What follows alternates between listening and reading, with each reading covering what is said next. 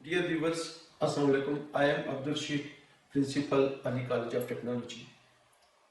आज का हमारा टॉपिक है मैट्रिक के बाद बच्चे के लिए जो दो रास्ते होते हैं, एक टेक्निकल एजुकेशन का और दूसरा जनरल एजुकेशन का। इन दोनों तालीम को हम डिफ्रेंशिएट करना चाहते हैं कि बच्चा जब भी चूज करता है इन दोनों रास्तों में से किसी एक को, तो फिर बाद में ये फैसला करता है कि I have chosen wrong path. तो इसकी जगह पर अगर हम इस पर थोड़ी सी बहस कर लें, या बच्चे को पहले पता हो कि मैंने अगर जनरल एजुकेशन लेनी है तो उसके बाद मैं क्या करूंगा, और अगर मैंने टेक्निकल एजुकेशन में जाना है तो उसके बाद मैं क्या करूंगा।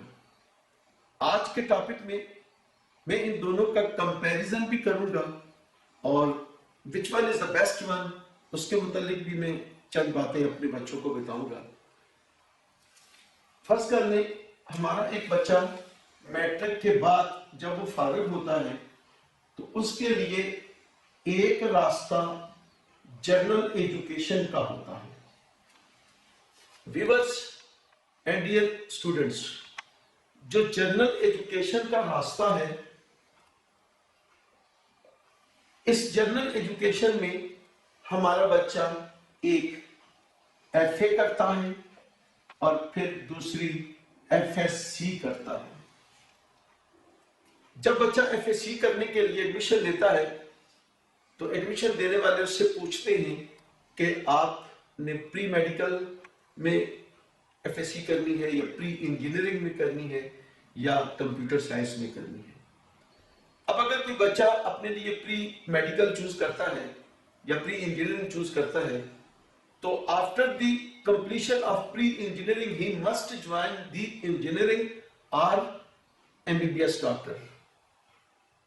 लेकिन जब हमारा ये बच्चा प्री इंजीनियरिंग में दाखिल होता है या प्री मेडिकल में दाखिल होता है, तो फिर बच्चे जो ए ग्रेड में पास होते हैं एफएससी में से, जिनकी मोर देन 70% मार्क्स होते हैं, they can get there admission in universities, engineering universities और मेडिकल यूनिवर्सिटीज।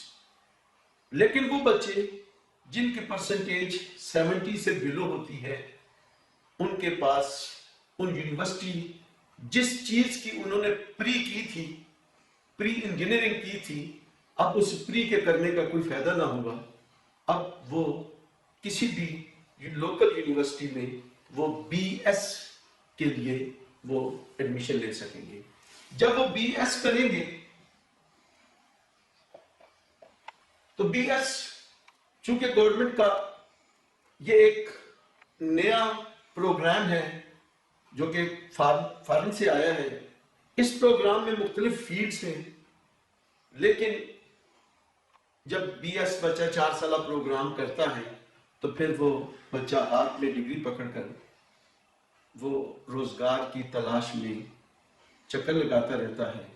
लेकिन इतने ज्यादा लोग फारिग होते हैं और उन सबको रोजगार मिलना इतना मुमकिन नहीं होता। मेरा आज का ये टॉपिक बुनियादी तौर पर इन दोनों का मुवाजना है। वो बच्चे जो एफएससी के बाद प्री इंजीनियरिंग के बाद इंजीनियरिंग यूनिवर्सिटी में दाखिला ले लेते हैं, वो तो अपनी एजुकेशन को कंप्लीट कर सकते हैं।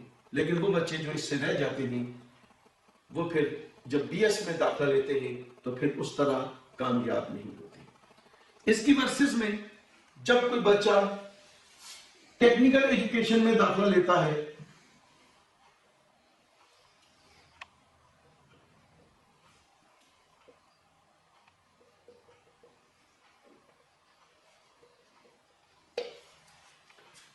अब जब कोई बच्चा टेक्निकल एजुकेशन में दाखिला लेता है तो टेक्निकल एजुकेशन में उसके लिए एक 3 साल डिप्लोमे का प्रोग्राम होता है। ये 3 साल डिप्लोमा, इसको हम DAE या डिप्लोमा ऑफ एसोसिएट इंजीनियरिंग, जब मैट्रिक बमाए साइंस बच्चा डीएई में एडमिशन लेता है और वो अपनी डीएई मुख्तलिफ टेक्नोलॉजीज में से किसी एक टेक्नोलॉजी में वो एसोसिएट इंजीनियरिंग में अपना डिप्लोमा मुकम्मल करता है, mechanical technology, electrical technology, civil technology, electronics technology. अब जब इन टेक्नोलॉजीज में वो डीएई करता है तो उसके पास दो ऑप्शन होते हैं। अगर तो उस बच्चे के घरेलू हालात उसे इजाजत देते हैं कि वो बच्चा आगे तालीम जारी करना चाहता है, जो उसके घर वाले उसको तालीम जारी करने का कहते हैं, तो वो किसी भी इंजीनियरिंग यूनिवर्सिटी में अपना एडमिशन ले सकता है। जो हमारा एफएससी वाला बच्चा था जिसने प्री इंजीनियरिंग की, उसने ए ग्रेड हासिल किया, फिर उसको किसी इंजीनियरिंग यूनिवर्सिटी में दाखिला मिलेगा। उसके वर्सेस में जो हमारा टेक्निकल एजुकेशन बच्चा है, उसने 3 साल डिप्लोमा किया, अगर तो उसके घर के हालात उसको इजाजत देते हैं तो वो इंजीनियरिंग यूनिवर्सिटी में दाखिला ले सकता है, अपनी ही टेक्नोलॉजी को आगे चला सकता है। सिविल टेक्नोलॉजी में उसने डिप्लोमा किया तो then he can get admission in civil BSc engineering. अगर इलेक्ट्रिकल टेक्नोलॉजी में उसने डिप्लोमा किया then also he can get admission in electrical engineering. उसके लिए वो इलेक्ट्रिकल इंजीनियरिंग या सिविल इंजीनियरिंग इस तरह आसान हो जाएगी जिस तरह उसने अपनी इंजीनियरिंग का 3/4 हिस्सा उसने ऑलरेडी डिप्लोमे में कर दिया है। यानी हम यूं कह सकते हैं कि जो चीज इलेक्ट्रिकल टेक्नोलॉजी का एसोसिएट इंजीनियर पढ़ता है और जो चीज इलेक्ट्रिकल टेक्नोलॉजी का बीएससी इंजीनियर पढ़ता है, तो इन दोनों का जो डिफरेंस होता है वो सिर्फ क्वार्टर होता है। एक जो है 3/4 पढ़ता है और जो है दूसरा फुल 4/4 पढ़ता है। तो मैंने उस बच्चे को थोड़ा सा बेहतर करार दिया कि एक तरफ बच्चा एफएससी करके प्री इंजीनियरिंग करता है, एफएससी प्री इंजीनियरिंग करता है, उसके बाद वो बीएससी इंजीनियरिंग में जाता है, उसके लिए वो फील्ड नहीं होती है। वेयर एज कि जो बच्चा टेक्निकल एजुकेशन में 3 साल डिप्लोमा करता है किसी भी टेक्नोलॉजी में, सिविल टेक्नोलॉजी में, इलेक्ट्रिकल टेक्नोलॉजी में, मैकेनिकल टेक्नोलॉजी में, फिर उसके बाद वो उसी टेक्नोलॉजी में जब वो बीएससी इंजीनियरिंग करता है तो बीएससी इंजीनियरिंग में पढ़ने वाली पढ़ाई का 3 हिस्सा उसने ऑलरेडी डिप्लोमे में पढ़ चुका होता है। हमारे तजर्बे में ये देखा गया है कि इंजीनियरिंग यूनिवर्सिटीज में वो बच्चे जो डिप्लोमे के बाद जाते हैं, they can survive their self more easily. तो मैंने डिप्लोमे के बाद उन बच्चों का जिक्र कर दिया जो बीएससी इंजीनियरिंग करना चाहते हैं, इंजीनियरिंग यूनिवर्सिटी में जाना चाहते हैं। अब हम पाकिस्तान की बात करते हैं। पाकिस्तान में मोर देन 50% जो पॉपुलेशन है वो हमारी बिलो एवरेज है, यानी उनके घरेलू हालात की इजाजत नहीं देते कि वो अपने बच्चों को इंजीनियरिंग यूनिवर्सिटियों में पढ़वा सके। अब उन बच्चों के लिए ये जरूरी होता है कि वो बच्चे कहीं जॉब करें, चाहे वो जॉब गवर्नमेंट का हो, चाहे वो प्राइवेट का हो, चाहे वो प्राइवेट बिजनेस ही क्यों ना हो। जब वो बच्चे एसोसिएट इंजीनियरिंग का डिप्लोमा करते हैं तो उनका जो माइंड सेटअप है वो काफी वास्ट हो जाता है। वो इजीली गवर्नमेंट के जॉब में भी अपने आप को एडजस्ट कर लेते हैं, जिस तरह इलेक्ट्रिकल टेक्नोलॉजी का बच्चा है किसी भी एटॉमिक एनर्जी के प्लांट में अपने आप को एडजस्ट कर सकता है, इरिगेशन में एडजस्ट कर सकता है। सिविल इंजीनियरिंग का बच्चा जो है वो टीएमए में अपने आप को एडजस्ट कर सकता है, सीएनडब्ल्यू में एडजस्ट कर सकता है, किसी भी कंस्ट्रक्शन कंपनी में अपने आप को एडजस्ट कर सकता है। लेकिन जब हमारा बच्चा डिप्लोमा करके फारिग होता है तो उसके पास एक रास्ता नहीं होता, उसके पास 2 चांस होते हैं। अगर तो उसको घर से हालात उनको इजाजत देते हैं तो वो फिर इंजीनियरिंग यूनिवर्सिटी को ज्वाइन कर सकता है, लेकिन अगर हालात इजाजत नहीं देते तो फिर वो अपना जॉब करता है और जॉब करने के साथ साथ वो पार्ट टाइम में अपना जो है वो अपनी पढ़ाई को जारी रखता है। तजर्बे में कई ऐसे लोग आए हैं जिन्होंने डिप्लोमा ऑफ एसोसिएट इंजीनियरिंग के दौरान ही शाम की क्लासेस में, खासतौर पर पिंडी, लाहौर या कराची के जो शहर है या वाह फैक्ट्री जैसे शहर हैं, इनमें 4 बजे के बाद भी जो है वो इंजीनियरिंग की क्लासेस होती हैं। तो जो सेकंड शिफ्ट की जो क्लासेस हैं, उन क्लासेस में ये बच्चे आसानी के साथ जॉब के साथ साथ बीएससी इंजीनियरिंग भी कर सकते हैं। तो मैं कह रहा था, जहां हमारा बच्चा जनरल एजुकेशन के बाद अगर वो किसी बीएससी इंजीनियरिंग यूनिवर्सिटी में जाता है, तो फिर तो वो अपना गोल, अपना मकसद हासिल कर लेता है, फिर वो सर्वाइव कर सकता है इंजीनियरिंग करने के बाद।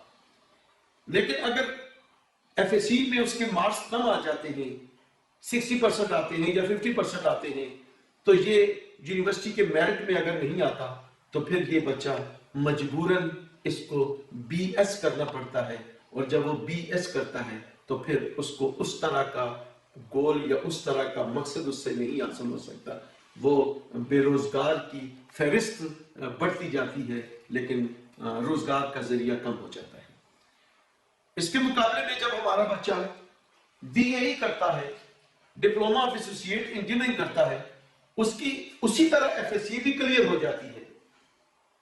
ये मैं पहले भी कह चुका हूं, दोबारा कह रहा हूं, एफएससी जो है, diploma is equivalent to FSc, diploma of associate engineering is equivalent to FSc, but better than FSc.